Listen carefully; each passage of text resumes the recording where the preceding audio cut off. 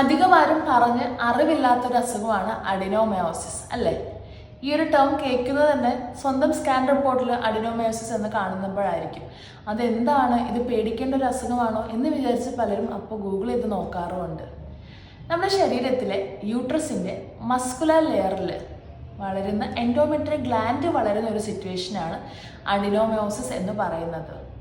Adenomyosis ഉള്ള പേഷ്യൻസിന് bleeding heavy ആയിരിക്കാം, നല്ല രീതിക്ക് ബ്ലഡ് നഷ്ടപ്പെടാം, പ്രൊലോങ്ഡ് ബ്ലീഡിങ് ആയിരിക്കാം, ഒരുപാട് ദിവസം നീണ്ടു നിൽക്കുന്ന ബ്ലീഡിങ് ആയിരിക്കാം, ഇൻട്രാമെൻസ്ട്രൽ ബ്ലീഡിങ് ഉണ്ടാവാം, അതായത് ഒരു പീരിയഡ് സൈക്കിൾ കഴിഞ്ഞ് അടുത്ത മാസം പീരിയഡ് സൈക്കിളിന് മുന്നേ തന്നെ വീണ്ടും ബ്ലീഡിങ് കാണുന്ന ഒരു സിറ്റുവേഷൻ. അതോടൊപ്പം തന്നെ അസഹനീയമായ പെയിൻ ആയിരിക്കാം പീരിയഡ്സ് സമയത്തൊക്കെ. ഇനി മെയിൻലി വരുന്നൊരു സിംറ്റമാണ് ബ്ലോട്ടഡ് അബ്ഡോമൻ, വയറെപ്പോഴും വീർത്തിരിക്കുന്ന സിറ്റുവേഷൻ. ഇതൊക്കെ അഡിനോമയോസിസിൻ്റെ കോമൺ സിംറ്റംസ് ആണ്. സോ നിങ്ങൾക്ക് അഡിനോമയോസിസ് ഉണ്ടെങ്കിൽ ഉറപ്പായിട്ടും നിങ്ങളൊരു ട്രീറ്റ്മെൻറ്റ് എടുത്തിരിക്കണം. ഹോമിയോപ്പതി വഴിയും എഫക്റ്റീവായിട്ട് അഡിനോമയോസിസിന് ട്രീറ്റ്മെൻറ്റ് അവൈലബിൾ ആണ്. Thank you.